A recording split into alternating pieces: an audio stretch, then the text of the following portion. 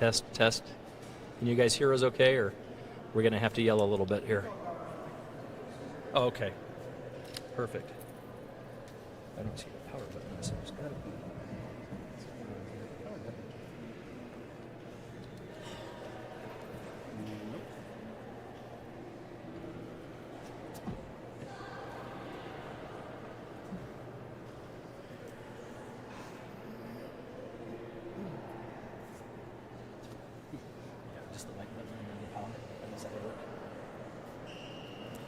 Okay, I think that's better. So, welcome today. Unfortunately, the circumstances we're here, we're talking about some deaths across the country. I think 35 people in intensive care right now in the state of Utah, plus about another 12 cases pending. Many of them are in critical condition at this point. I'm hoping that we don't get added to the list of states that have had deaths, but we've had 6 so far across the country. That's not been updated today, so I'm not sure where that's going. You've also heard many calls for recalls and bans and so forth. And so just a little bit of background. I've been working on the e-cigarette vaping issue since 2014. And in 2014, we basically said, look, this is a real serious issue, and we think there's going to be many illnesses and deaths because of vaping. And of course, there's been pushback. The industry came out with some studies that they paid for over in Great Britain under the guise of the government that said vaping was safe. As we started to do our own studies here in the United States, we realized that vaping wasn't safe. And I think what the epidemics that we're seeing today, the emergencies that we're seeing is indicative of that we were correct back in 2014 of doing this. And there's some science behind what's causing it. Basically it's the vitamin E that has the lipid cells that collect in the lung that can cause the bacterial infection. In talking to the health department earlier, how they explained it is, for instance, when somebody ingests a poison that's oil-based, the reason you don't induce vomiting is because it can go into the lungs, and that oil in the lungs is actually can cause a death. Well, that is what is being vaped, is oil into the lungs. And so that is what's causing these issues. So given that, we've been working on different pieces of legislation since 2014. In 2015, I'll come back and talk about House Bill 415, but we did regulations on e-cigarettes that put the warning labels, we required licensing, and we did all kinds of rules and regulations plus state statute to try to control this situation, knowing that we were eventually going to have a problem with this. So given all that information, I think we are where we are today with these calls because of how unhealthy and how dangerous these products are. And if you look at smoking, you have an industry that we've done a really good job of educating our kids about the dangers of smoking. Utah has about a 3% smoking rate right now. We have anywhere from 20 to 30% vaping rate with youth under the age of 18. So it's an epidemic in our state. You have an industry who knows that they have been killing their clientele for a long time. In the next 15 to 20 years, if they cannot addict a new generation to tobacco, they go out of business. And you're talking billion-dollar industry here, multi-billion-dollar industry. So e-cigarettes is, if you want to know why Juul came about and why the big tobacco companies are purchasing and creating their own e-cigarette products, is because they realize that this is how you addict today's youth and make them tomorrow smokers. We also know that roughly 52 to 53% of youth that start vaping within 3 years or so are going to start smoking cigarettes. So it is certainly a gateway to smoking and to tobacco. So given those things, we've been dealing with the vaping issue for quite a while. It was brought to my attention right before session that, actually right at the beginning of session in 2019, that we were finding potentially illegal drugs in the vaping products. And one of them was we were given information about an individual who was on an APMP, been very clean, tested positive for a potential opioid. That drug ended up being kratom that they were vaping. They had no clue it was in the vape. The vape was tested, and it tested positive for the kratom.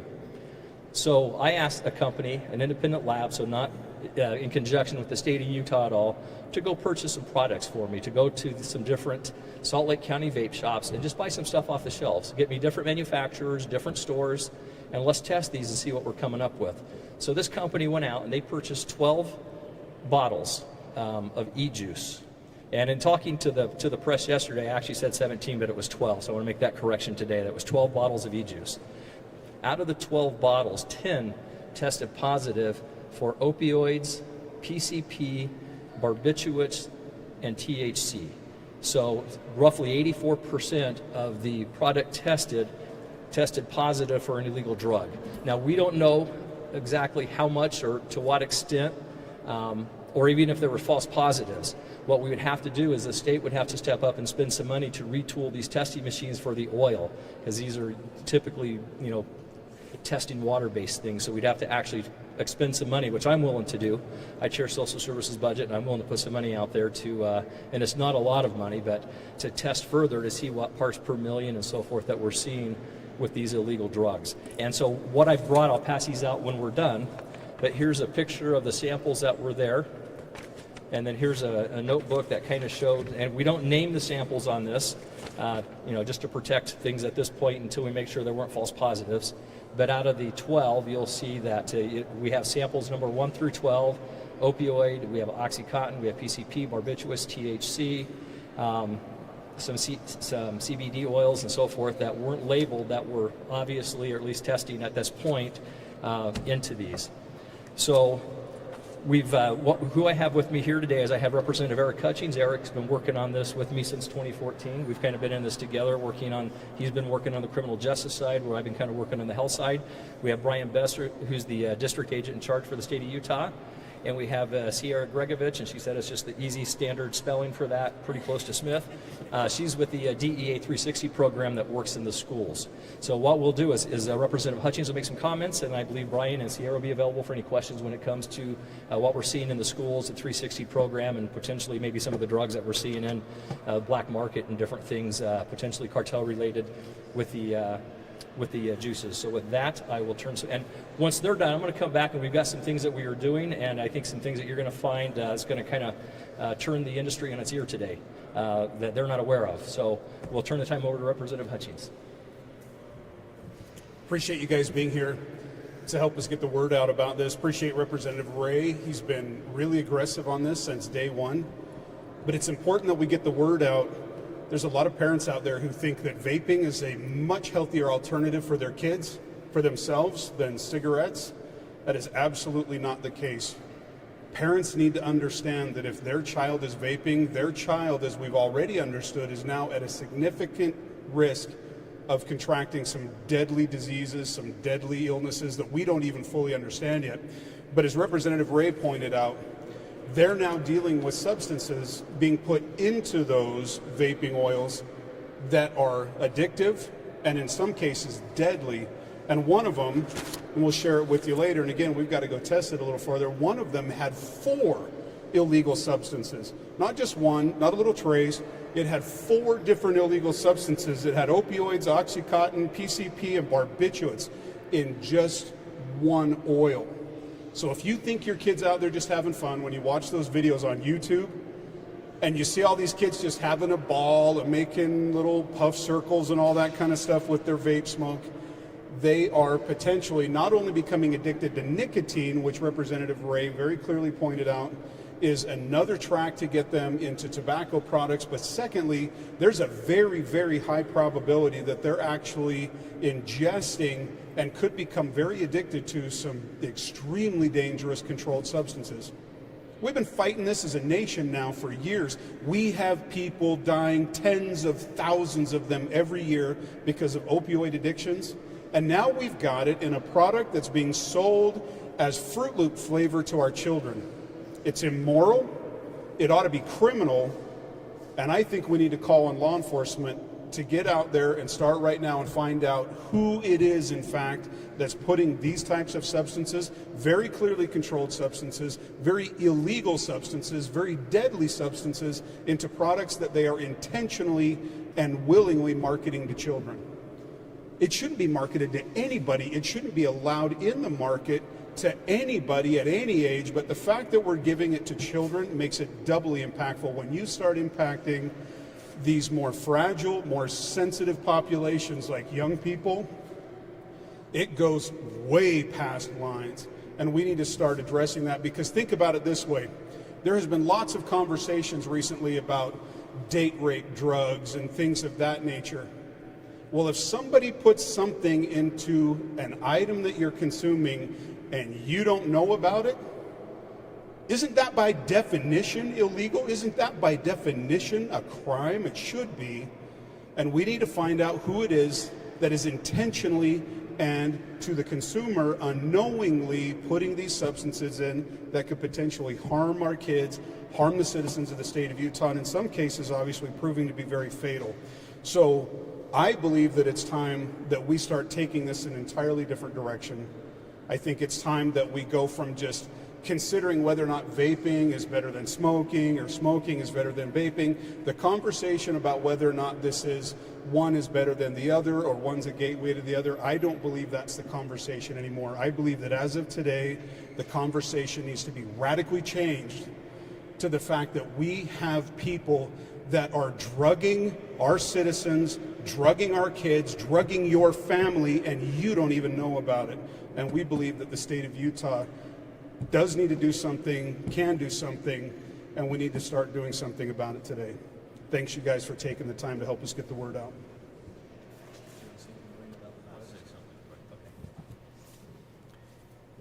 I appreciate both the representatives here and their aggressive stance on this. You know, from the drug war, generally speaking, this is a fairly recent phenomenon. We know that. We're dealing with this. I do state that this is a predictable problem. Anytime you put something, ingest something into your body that is a foreign material, I don't think it's going to be a surprise that you could potentially have some issues. The big concern that we have right now is exactly what was mentioned here. It's this capitalization, the exploitation of a brand new or a newer avenue to get drugs into the body. I will say this, over the last several years with the advent of synthetic analogs, the cartels, generally speaking, are shifting away from the conventional production of heroin and other conventional drugs, and they're moving into synthetic analogs. Our intelligence, DEA intelligence here locally in the state of Utah, unequivocally shows that they are now in the process of manufacturing and infusing cartridges with THC and a lot of other illicit drugs. One of the things I have cautioned already in the media is my concern of the deadly analogs that could be infused in this. Once we start seeing fentanyl and fentanyl analogs infused, and we are, into these cartridges, the death counts will unequivocally go up. So the word of caution here is this. We are currently seeing cartridges here in the local area being infused with THC. And let me expound upon that. The average marijuana cigarette on the street may be in between 4 to 8% THC on a good day. The THC cartridges that are being seized across the United States by DEA have a THC content of in between 60 to 90% pure THC. So you can see why the hospital and the ER room admissions for youth is going up. Not just THC, locally here we're seeing assorted opioids, Flakka, that's F-L-A-K-K-A for any of you that have been on the East Coast, a very powerful cathinone similar to spice. We're seeing that infused into the cartridges. We're also seeing methamphetamine. So obviously, anytime there is money to be made, greed-driven and profit-driven enterprises like the cartels and independent wholesalers are going to capitalize on this. And with the lack of quality control standards and obviously the problems with enforcement right now, this is a perfect storm. And so I am, as these gentlemen are, very, very concerned on where we're headed. And again, like I said, I do believe the problem was completely predictable. So what I'd like to bring to the attention and announce as of today, Utah at this point is the only state in the nation that has banned the open e-cigarette systems and vape juice sales. And how we have done that, 2015, we ran House Bill 215, where we put restrictions on the sale of e-cigarettes. We required the warning labels, we required licensure, we required certain verbiage, we had to list the percentages of nicotine. We also required administrative rule on what could be sold and what the standards were. As a part of that rule, and this was brought to us by the industry, they requested that we put into administrative rule, which is in effect right now, that only products that are approved by the FDA after August 8th, 2019 can be sold in the state of Utah. So as of August 8th, it is illegal to sell vape juice. It's illegal to sell anything but a closed cartridge in the state of Utah. And I will pass out the administrative code that has that rule. Now that rule is overlooked, and as I've researched and gone through, I found it. And so really we're a month into an all-out e-cigarette ban with the exception of your closed cartridges. So I will be asking the health department, the local health departments, to immediately start enforcing that ban on e-cigarettes that are not in a closed system. Also, when we come into session next year, what I will be doing is running a couple pieces of legislation. Number one is we are going to require on the systems that are left, if we can't ban them outright, we're going to require a tax tag like we do with cigarettes. So they're going to have to come in and they're going to have their cartridges inspected by the state of Utah or by an independent lab. They have to pay for that, and that certification comes to the state so we can verify that there are not illicit substances in those, and then they can sell them with a tax, with a tobacco tax. So that's what I will be looking at personally, and also just an all-out ban on all flavors, including menthol and mint. When it comes, we actually realize the majority of flavors that actually bring people over are the menthol and the mint. So kids are enjoying that too. So it's not just the root beer floats and the cotton candies and the bubble gums. All flavoring needs to go. And it needs to be treated specifically as a tobacco cessation product, which is what they say it is in the first place. And if you remember, the CEO of Juul came out last week and said, if you do not smoke, if you are a youth, if you have never smoked, do not use our product. And the reason they're doing that is because they know there's a lawsuit coming. Just like the 1990s tobacco lawsuit with the Master Settlement Agreement. I will also be requesting from the Attorney General's office that the state of Utah review our policies and review what has happened and look into filing lawsuits against the industry so that we can recoup the money that I know we're going to be paying on Medicaid and the harm that we've had to our citizens so far. So that's, given that fact, as of today, as of right now, it's not legal to sell vaping juice or any kind of a vape product that is not in a closed system per the administrative rules, and I will pass those out to everybody. They're highlighted on page 4. I've highlighted that in red that you can take a look at. So with that, I think we're open for any questions. Representative Ray, can you give us more information about this study that you did? When was it conducted? Who paid for it? Who conducted it? And where did those samples? Sure, we had an independent laboratory do those. They went out, and we'd have to get information from them, but they went out across the valley and purchased 12 samples, just like one sample from each vape shop from different manufacturers. This study was done probably February through April of this year, and the state had nothing to do with it. I asked them, just would you please go out and purchase these and see what we come up with, just kind of running on a hunch basically of we've got some big problems with these. And who paid for that? It was paid for by that laboratory. So they just kind of volunteered. You asked them and they said, sure. Yeah, they were as interested as we were because they do some testing for I guess some like drug treatment programs and so forth, so they kind of have an expertise in it. And they were as kind of concerned as we were as what they were seeing based on what they have been doing the testing on. Can you give us the name of that lab? And do you think 12 samples is enough? Or do you think further study? The name of the lab is Beech Tree. And, no, 12 samples aren't, but I tell you, when you get 10 out of 12, that's a pretty good indication you got a problem.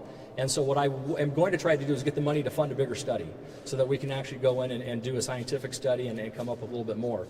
But when you're testing 10 out of 12 positive for those, that's not a coincidence. That's certainly an indicator of a bigger problem. The press release said that it might look to ban all e-cigarette products, but you can't ban devices, can you? Well, it would be the juice basically is what would be banned. So it would be anything that had the liquid in it. And specifically, there's only going to be like one kind of juice that would be allowed if it's banned. Well, it'd be one type of system. You have the different closed systems like the Juul and the View and the Blue and so forth. So you've got competition there. And I don't know anything a whole lot about the closed systems other than I know they've got a few flavors in those too, unfortunately. And that's where I think what will probably happen is obviously the industry is going to be slightly concerned about what we've got here today. And there will be some ability to sit down at the table and negotiate and come in with some legislation upcoming session. Yeah, I'm definitely next session.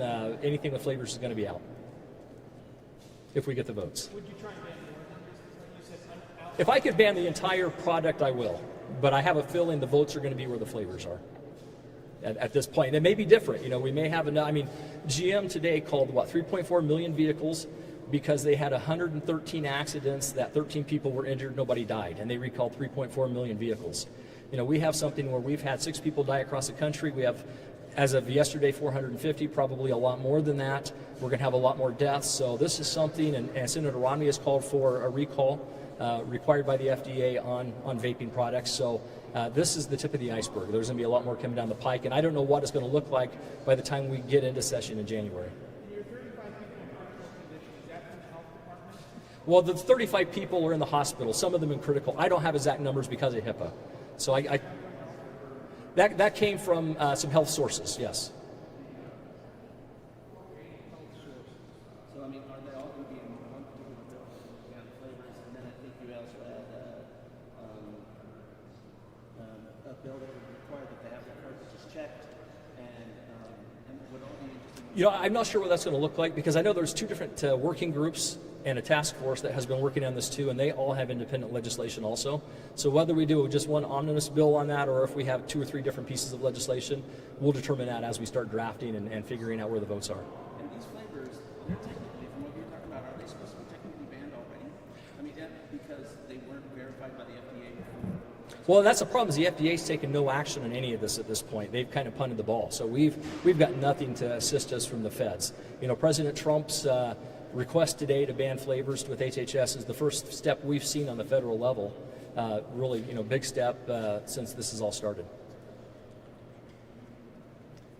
And then if you have any questions also for DEA or for Representative Hutchings. So you, just to be clear, you're calling for an outright ban on e-cigarettes? No, it's here. Well, Yes, but an outright ban on everything is what I will look for in the session. it's here in rule. Right. Okay, but in rule, there's still, you could argue, some people might argue, rule suffices, rule doesn't suffice. You want a statute. Well, yes, absolutely. We want a statute. But this rule is created by statute. So this rule stands.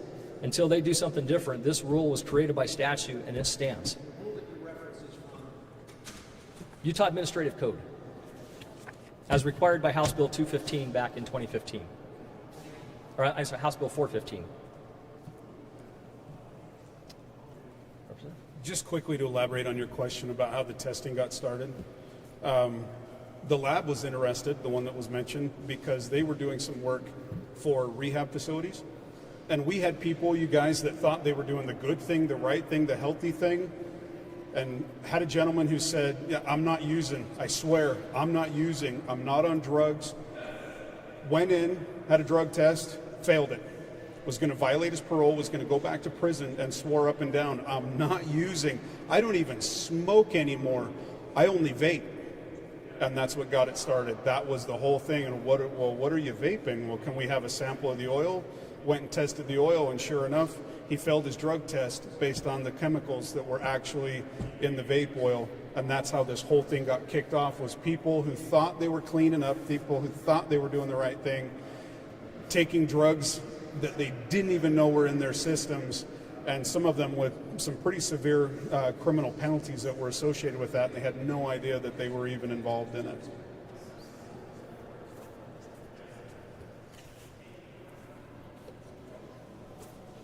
All right, that concludes the press conference, and we'll be available for a few minutes for any interviews or questions. Thank you. And I do have these handouts if anybody would like them. We'll set those there. Thank you. And here's the pictures of all the different testing. Sir.